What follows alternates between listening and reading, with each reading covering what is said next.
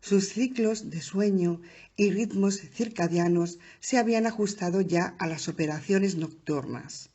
Había sido necesario que normalizaran sus cuerpos en sus nuevas condiciones de vida antes de salir afuera.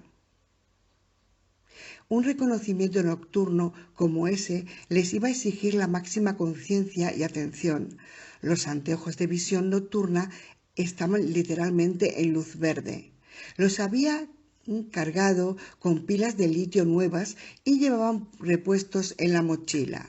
Ni Doc ni Billy veían en el cielo nocturno nada que saliera del ordinario. De vez en cuando miraban hacia arriba, siempre pendientes de la posibilidad de que ingenios voladores vigilasen desde lo alto. No habían traído agua suficiente, porque no habían querido cargar con ella a lo largo de 25 kilómetros que iban a recorrer entre ida y vuelta. Las tabletas de yodo que llevaban matarían a todos los bichos que pudieran haber en el agua del río que encontrasen por el camino. Se habían alejado a tan solo 450 metros del Hotel 23 cuando tuvo lugar el primer encuentro. Billy le dio unas palmadas en el hombro a Doc y le susurró: 3 tangos atrapados en la valla a unos 90 metros de aquí. El campo tenía tal forma que a los hombres no les quedaba otro remedio que pasar cerca de las criaturas para no tener que apartarse de su camino. La otra opción consistía en marcharse por un sendero adyacente que pasaba por el bosque. No podían permitírselo, pues ambos sabían que habrían sido mucho más peligroso que enfrentarse con los no muertos inmóviles. Si los dejaban debatiéndose en la cerca, llamarían demasiado la atención. La única alternativa era acabar rápidamente con ellos. Se acercaron con precaución por el oeste, activaron los láseres y acabaron con sus respectivas víctimas. Billy Boy eliminó a todos los de la izquierda y Doc abatió al de la derecha. No tenían ninguna necesidad de contar atrás y sincronizar los disparos, pero lo hicieron por pura costumbre. Doc susurró: 3, 2, toc, toc. Los 2 primeros disparos fueron simultáneos. Billy disparó entonces a la criatura que seguía en pie. Un trabajo redondo. Los 3 seguían enganchados en la alambrada y seguirían allí hasta que el proceso de descomposición se completara. Por alguna extraña razón, los animales salvajes no solían comerse a los muertos. Doc bajó el alambre de abajo con la bota y tiró del de arriba con la mano, que llevaba cubierta con un guante de protección industrial. No quería arriesgarse a sufrir un tétanos o una simple infección. Billy pasó agachado entre los 2 alambres y luego, a su vez, los mantuvo separados para que pasara Doc. Ambos siguieron adelante. ¿Cuántos pasos llevas, Billy? Unos 600. ¿Y tú? Sí, más o menos los mismos. Mientras caminaban hacia el este, buscaron posibles refugios y rutas de escape por si algún enemigo, muerto o no, los seguía o los abrumaba con el mero peso del número. Doc pensó en las instrucciones que les había dado y recordó: no vayáis por las carreteras, podéis guiaros por ellas, pero manteneos por lo menos a 25 metros del borde. Las carreteras no son seguras, los muertos se amontonan en ellas. El informe del anterior comandante del Hotel 23 le resultaba utilísimo. Una parte de lo que decía eran obviedades, pero a Doc ya le valían. Contenía información valiosa que podía aprovechar en bien de su equipo, como la detallada narración por escrito del accidente con el helicóptero que había sufrido el comandante y del viaje de regreso subsiguiente hasta el complejo. Al leerse los informes, Doc no pudo dejar de reconocer interesantes estructuras de pensamiento latentes en aquel hombre y en sus métodos de supervivencia. Ya casi era medianoche, no se apartaban de la ruta prevista. Doc no quería arriesgarse a que los autores del ataque al Hotel 23 los detectaran. Por ello, las radios estaban apagadas y habían prescindido de las comunicaciones por radio omnidireccionales. La unidad transmisora de ráfagas de datos que habían instalado en el Hotel 23 evitarían la detección si se mantenía la disciplina adecuada en su empleo. Por sí habría sido fácil interceptar y localizar sus unidades Motorola, porque los sistemas de inteligencia de señales más rudimentarios habrían sido capaces de determinar su dirección. Este era el razonamiento con el que Doc justificaba que se antuvieran religiosamente a la ruta planeada. Si Doc y Billy no regresaban al alba, a la noche siguiente Disco y House echarían el cerrojo y saldrían a buscarlos por sí mismos. Doc no sentía ningún entusiasmo por tener que ir en busca de aquel cargamento, así como con el resto de los cargamentos marcados en el mapa, sin tener ni la menor idea sobre su contenido. Pero órdenes son órdenes. «Tst», dijo Billy. Billy hizo señales con las manos para indicarle a Doc que se ocultara detrás de un cúmulo de rocas arrastradas por las tormentas. Doc lo hizo sin vacilar y Billy lo siguió, caminando hacia atrás en cuclillas, en el mismo instante en el que se hubieron escondido. Empezaron los aullidos y gimoteos. Vociferaban cual coro nocturno de demonio de la noche de Halloween. Billy le susurró a Doc: «Por lo menos son 100. «Te equivocas, Billy. Yo creo que deben ser unos 104». Sin pensar en lo que hacía, Billy le arreó un golpe en el brazo a Doc, y éste tuvo que morderse la lengua para reprimir un grañido. «Gracias, gilipollas». «No hay de qué, capullo». «Estamos a 1,5 kilómetros del punto donde la carga se posó en tierra», dijo Doc. Billy sonrió y le respondió: «No, yo creo que estamos a 1,8 kilómetros». Se quedaron a cubierto hasta que el mini enjambre de criaturas hubo pasado de largo. Cuando estuvieron lo bastante lejos, Doc abandonó el refugio y cruzó la carretera por donde acababan de pasar. El viento les traía ecos cada vez más débiles de su hambre. A bordo del Virginia, el único a bordo que sabe que llevó un diario es Allen. Con todo, siento aprensión a explicar según qué cosas, porque podría ocurrir que perdiese el diario o que me lo robaran. Hace poco nos han contado a Sayen y a mí ciertos acontecimientos históricos y actuales que, si fueran ciertos, lo cambiarían todo, al menos para mí. Me han dicho que Estados Unidos tiene en su poder gran parte de un vehículo espacial que se encontró en los años 40, así como los cadáveres de 4 criaturas extraterrestres. Primer pensamiento: gilipolleces y nada más que gilipolleces. Segundo pensamiento: tuvieron la excelente idea de poner los restos del globo meteorológico cuando la colisión de Roswell para ocultar la verdadera colisión que tuvo lugar en Utah. Según me han contado, científicos del gobierno se quedaron con la nave y la estuvieron estudiando hasta que alcanzaron una barrera de carácter tecnológico. En los años 50 no fueron capaces de hacer funcionar su tecnología. Aparte de circuitos básicos, rayo láser y características de bajo potencial de observación, como sabían que habían descifrado tan solo un pequeño porcentaje de lo que podía llegar a ser las verdaderas posibilidades de aquel equipamiento, lo entregaron al complejo militar industrial. De acuerdo con lo que he descubierto hoy, Lockheed Martin había tenido en su poder los restos del vehículo durante más de 60 años y había realizado progresos sustanciales en su tecnología. Y como resultado se llegó a construir una nave voladora norteamericana de alto secreto conocida como Aurora. Recuerdo que leí algo sobre el triángulo voladores de los periódicos y en las redes para compartir vídeos antes de que todo esto sucediera. No sucedía a menudo, pero tal vez en cuanto había alguien que detectaba un triángulo que volaba en silencio por el cielo estrellado, lo filmaban con una cámara de visión nocturna y lo colgaban en Internet.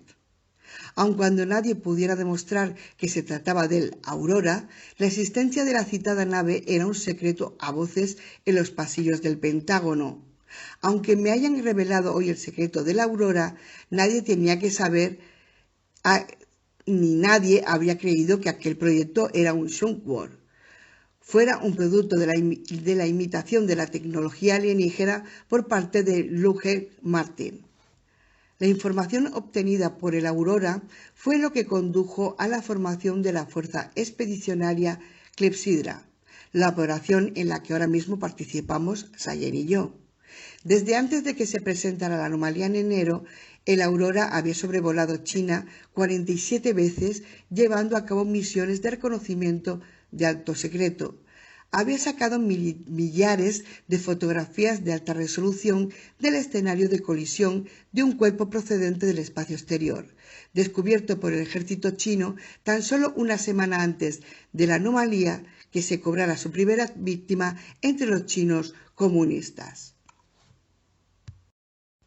Durante los primeros días en los que los servicios de espionaje estadounidenses llevaron a cabo sus reconocimientos, la propulsión hipersónica y la altitud extrema a la que volaba la Aurora salvaron a este de lo que derribaban los batallones de misiles tierra-aire SA-20 Gárgola, chinos aún operativos. Los informes procedentes de los espías que teníamos en la República Popular China, así como las imágenes captadas por el Aurora y sus capacidades para la inteligencia de señales, permitieron que el aparato de inteligencia estadounidense pudiera tratarse un esquema bastante bueno de la situación en tierra, en torno al glaciar de Mingyong. Los chinos habían descubierto su propio escenario de colisión Roswell, y ya en diciembre del año anterior sus excavaciones estaban muy avanzadas. No disponemos de información completa, o no quieren dárnosla, por lo que respecta a la relación entre la anomalía, todo el mundo insiste en llamarla así, y el punto de colisión entre Mingyong. El comandante Monday nos ha informado de que nos dirigimos a China para estudiar el origen de la anomalía y ver si eso nos ayuda a encontrar un medio para detenerla. Mentiría si dijese que confío en él, y sigo sin creerme la mitad de las explicaciones que nos ha dado hoy. El gobierno y sus representantes elegidos han incurrido en un buen número de fiascos diplomáticos como resultado directo de que los sorprendieran en sus mentiras. El Golfo de Tonkin, la operación Northward, el Watergate, las armas de destrucción masiva en Irak y el incumplimiento manifiesto de la Constitución al probarse la ley patriótica son unos pocos ejemplos que recuerdo ahora. Y ahora ya no puedo hacer una búsqueda con el Google para encontrar otros cientos, quizá millares de casos.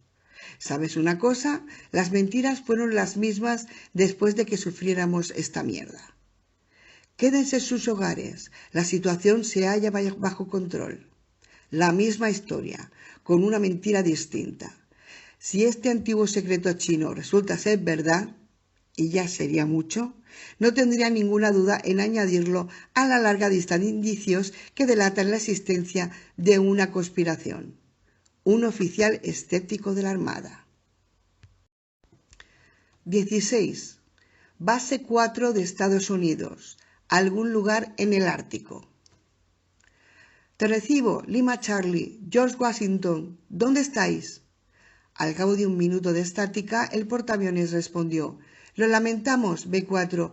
No podemos revelaros nuestra localización exacta mediante esta red. Estoy autorizado a decirte que en estos momentos operamos en el Golfo de México. Cambio. A Mark y a Crusoe se les encogió el corazón. Era lo mismo que si el portaaviones le hubiera hallado a años luz de distancia. Se valían del rebote atmosférico para comunicarse, pero ese fenómeno es el mejor de los casos, funcionaba de manera intermitente. Mark retomó el diálogo con los primeros estadounidenses vivos con los que hablaba desde que había conversado con la mujer de Crusoe en el invierno anterior. No sabía cuánto iba a durar el rebote atmosférico con el que en ese momento captaban las ondas de alta frecuencia. GW, aquí B4. Entendido. Estamos en una base de investigación científica en el Ártico. Nuestra situación es desesperada. Tenemos combustible y provisiones para menos de 60 días. Hay 5 personas en la base, algunos con mala salud. Cambio. B4. Aquí GW. Recibido. Informaré inmediatamente de vuestra situación a los niveles más altos de la cadena de mando. Cambio. GW, aquí B4, hacedlo, por favor. ¿Cuál es la situación en el continente? Cambio. B4, aquí GW. La situación es mala de verdad. Los Estados Unidos continentales se consideran inhabitables.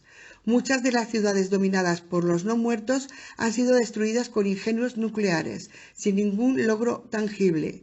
Los no muertos todavía dominan la 48 estados contiguos del continente. No tenemos información sobre Alaska.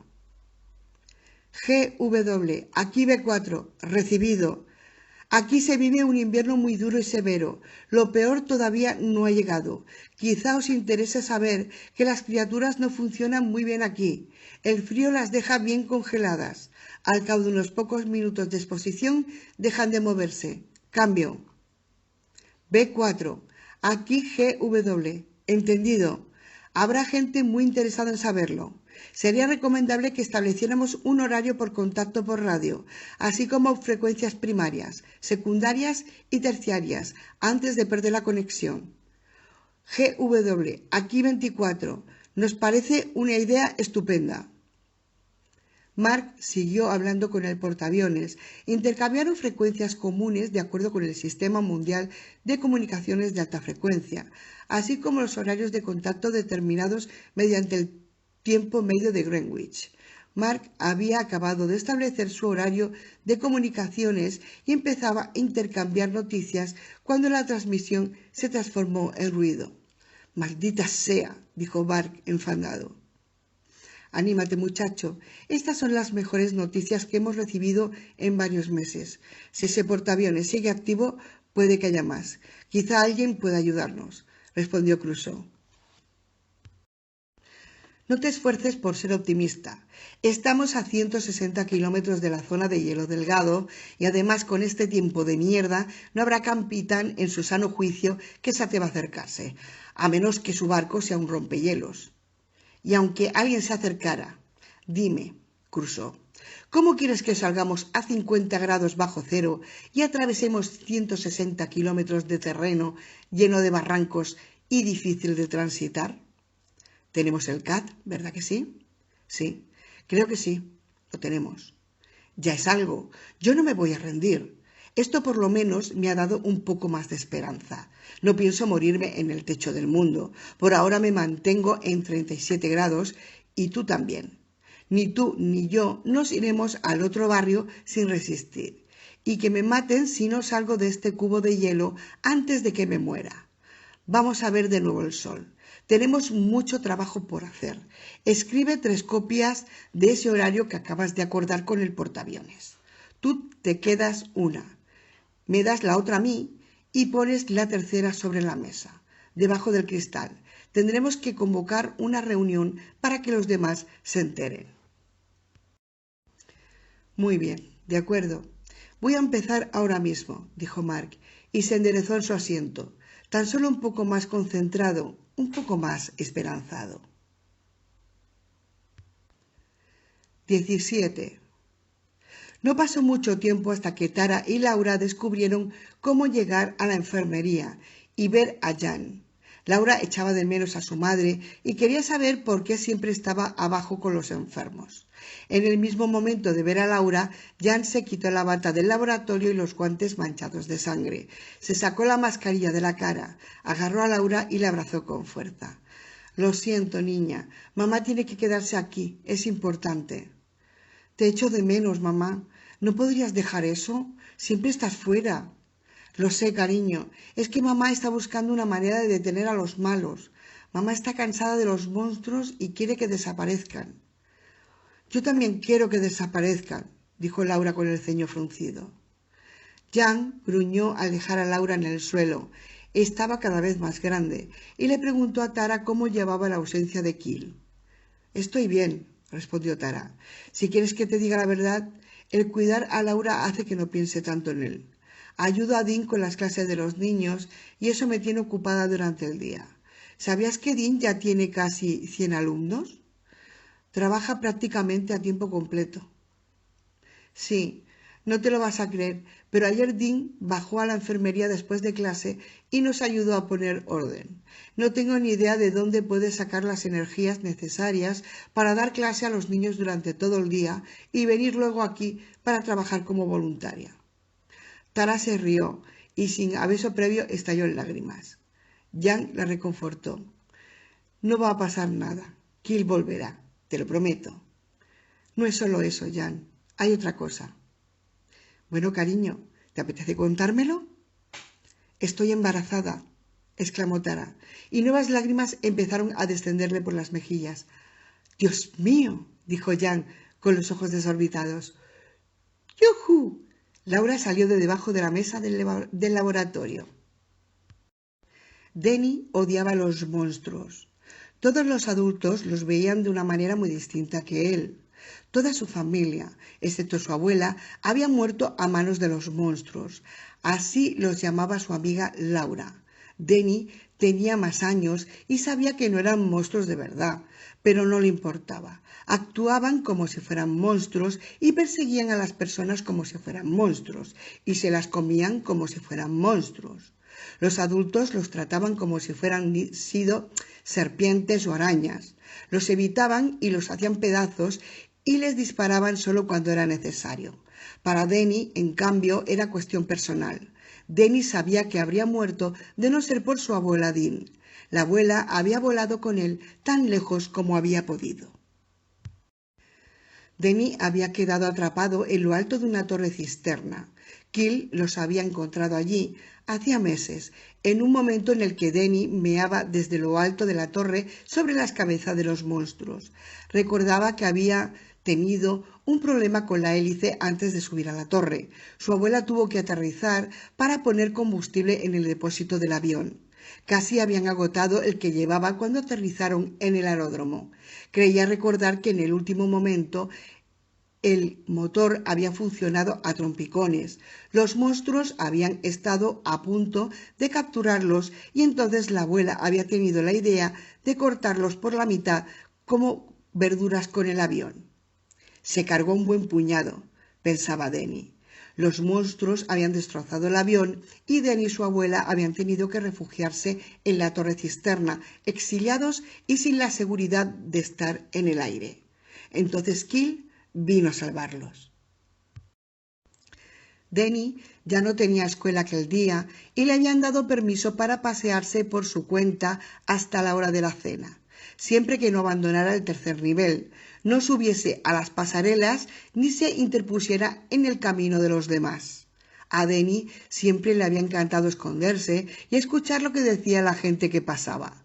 Pensó que le vendría bien practicar un poco. No había espiado a los adultos desde antes de que sus padres se transformaran en monstruos. Ya no sufría mucho por ello, excepto cuando le recordaba durante demasiado rato. Nadie, aparte del mismo, sabía cuán dura era la abuela. Lo había salvado y había destrozado a los monstruos. Nunca había oído que la abuela se lo hubiera contado a nadie, y por eso él mismo tampoco lo contaba. Era dura, quizá más dura que Kil, pensaba. Denny se encontraba en una de las áreas menos frecuentadas del tercer nivel. Vio que el número pintado en la pared era el 250. Al oír a alguien que tropezaba con una de las compuertas de seguridad, Denny se escondió al lado de una taquilla con material de prevención de incendios, detrás de una escotilla abierta. Al acercarse los sonidos, oyó que uno de los hombres decía: «¿Durante cuánto tiempo vamos a llevar a bordo esas cosas? Me dan escalofríos, joder». «Estoy de acuerdo contigo. Yo preferiría que las echáramos por la borda lo antes posible. No vamos a sacar nada de ellas. No tenemos el equipamiento necesario. El almirante quiere retenerlas hasta que...». Tan pronto como hubieron dejado atrás el escondrijo de Denny, las voces se perdieron en la distancia. Durante un momento el niño pensó en ir tras ellos, pero luego recapacitó y se marchó por el mismo pasillo por el que habían venido los hombres. La poca estatura tiene sus ventajas. Esconderse es mucho más fácil. Denny le había enseñado a Laura todos los secretos que hay que conocer para ocultarse como un muchacho. Después de que Denny la descubriera varias docenas de veces cuando jugaban al escondite, la niña había aprendido algunos trucos del niño. Denny le había dicho: L, tienes que buscar lugares menos fáciles. Te he encontrado en un par de segundos. Laura le ponía mala cara y se volvía y empezaba a contar hasta 30, más rápido de lo que habría sido justo. Estaba harta de tener que hacer siempre ese papel. Denny se ocultaba como un ninja y a Laura le costaba mucho encontrarlo, salvo cuando el muchacho quería elevarle la autoestima. Denny acababa de oír una curiosa conversación entre dos hombres que le había parecido que eran soldados. No sabía la diferencia entre soldados y marineros, en la que se había dicho que llevaban cosas a bordo. No había podido escucharlos más porque los hombres habían seguido adelante por el pasillo. Denny no se había acercado tanto a la popa como entonces. ¿Esas cosas a bordo? Me dan escalofríos. ¿Por la borda? La conversación entre los dos hombres se repetía una y otra vez en su mente. Denny aún no sabía lo que significaba arrojar algo por la borda y se imaginó que se trataría de lanzarlos al aire con un avión o algo parecido. Se lo preguntaría a su profesora de inglés en la clase siguiente. Es la mejor, pensó para sus adentros. Siguió avanzando en dirección a la popa, buscando escondrijos, saltando cada vez que oía el eco de unas pisadas. Ya casi había llegado al final cuando le llegó el momento de tomar una decisión: bajar por la escalerilla o regresar a su camarote. Denny ni siquiera lo pensó. Rápida y silenciosamente bajó por la escalerilla. Era un lugar oscuro y desconocido, y olía raro. Al llegar al último peldaño, el olor a esterilizante se intensificó. Cuando sus ojos se hubieran acostumbrado a la oscuridad, reconoció las luces de color rojo que a veces se encendían de noche en los pasillos de los dormitorios. Vio que más adelante había una sala de ventilación. Sus ojos jóvenes y sanos alcanzaron a leer el rótulo de la escotilla de la entrada. Al lado de la sala de ventilación había otra puerta con un cartel de acceso restringido, y junto a dicha puerta un pequeño panel de botones donde había visto que los soldados introducían códigos. No en ese exactamente, sino en otro igual que había en el lugar donde trabajaba John, en las radios. El corazón se le aceleró a medida que se acercaba. Tan solo le quedaba una compuerta de seguridad hasta llegar a la puerta. A medio salto oyó el sonido metálico del pomo de la puerta desde el otro lado. Rápidamente abrió la escotilla de la sala de ventilación y se metió debajo del circulador de aire. No tuvo tiempo para volver a cerrar. El moho acumulado bajo el circulador había alcanzado un grosor de medio centímetro. La rápida transición entre el olor de hospital y el hedor del moho le revolvió el estómago, aunque solo fuera levemente. La luz del pasillo se coló en la sala de ventilación, pero la silueta de unas piernas se interpuso. Desde el lugar donde se encontraba, tan solo alcanzó a ver la silueta de unas botas. ¿Han pasado los de mantenimiento? No, pero durante estas últimas horas hemos navegado por aguas bravías. Seguramente la escotilla se habría abierto cuando el barco cabeceaba. La escotilla se cerró de golpe y Denny quedó atrapado en la oscuridad.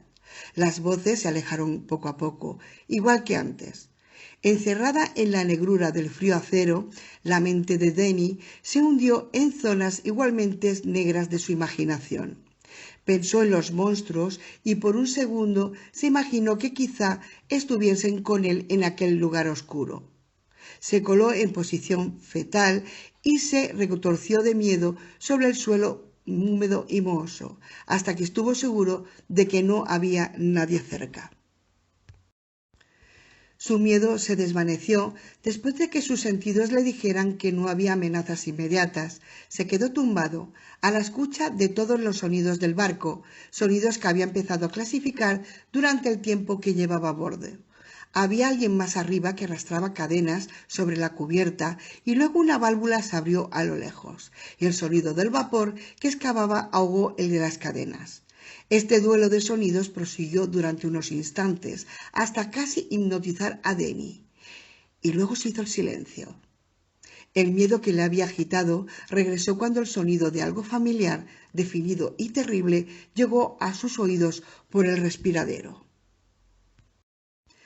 Levantó los ojos y se metió por el respiradero. Sus ojos se acostumbraban a la oscuridad. El respiradero conectaba con la pared y luego con el espacio adyacente, el área restringida. Denny era un muchacho de imaginación desbocada, eso era indiscutible, pero no le cabía ninguna duda de que había oído aquel sonido. El cabello que se le erizaba en la nuca lo confirmó. 18. A bordo del Virginia, Océano Pacífico, 3 horas, tiempo medio de Greenwich. Keel no lograba dormir. El Virginia había padecido las inclemencias del tiempo, aparentemente desde que habían llegado a las aguas del Pacífico y habían dejado atrás las costas de Panamá. Seguían sumergidos, sin ver la luz del sol ni poder recibir transmisiones por radio. Su reloj de muñeca marcaba el tiempo medio de Greenwich y Keel había olvidado la correspondencia entre esa medida y el lugar donde podía encontrarse el sol en ese momento. Se deslizó desde la litera y sus pies encajaron perfectamente en las zapatillas de la ducha. Agarró el neceser y se marchó por el pasillo, y se dio un golpe en el hombro con uno de los miles de tubos y cajas de cables que sobresalían del mamparo. Así fue como llegó un poco más despierto a la ducha. El Virginia tenía menos de la mitad de espacio transitable que el portaaviones y en la mayoría de sus áreas no podían andar dos personas codo con codo. En el momento de llegar ya estaba despierto del todo. Reconoció a varios de los miembros de la tripulación, soldados en su mayoría. Se dirigieron a él como comandante y se ofrecieron a dejarlo entrar primero. Keel declinó y se resistió al impulso de decirles que no había sido más que teniente hasta su reciente, extraña e instantánea promoción. Se cepilló los dientes al mismo tiempo que avanzaba hacia la ducha por delante de los lavaderos, y como se había formado a sus espaldas una larga cola de marineros que terminaban la guardia e iban a ducharse, se untó el cabello con jabón antes de entrar, al fin de ahorrar tiempo. Una ducha de película habría sido motivo suficiente para convertirse en el objeto de odio y descontento en cualquier submarino. Les quedaba mucha agua limpia, la purificaban a bordo, pero el Virginia estaba tripulado al 105% en el momento en que Keel, Sayen y el equipo de operaciones especiales subieron a bordo, en tanto que el oficial Keel pensó que sería mejor subrayar su propia austeridad y discreción hasta que tuviese claro cómo funcionaba la vida a bordo.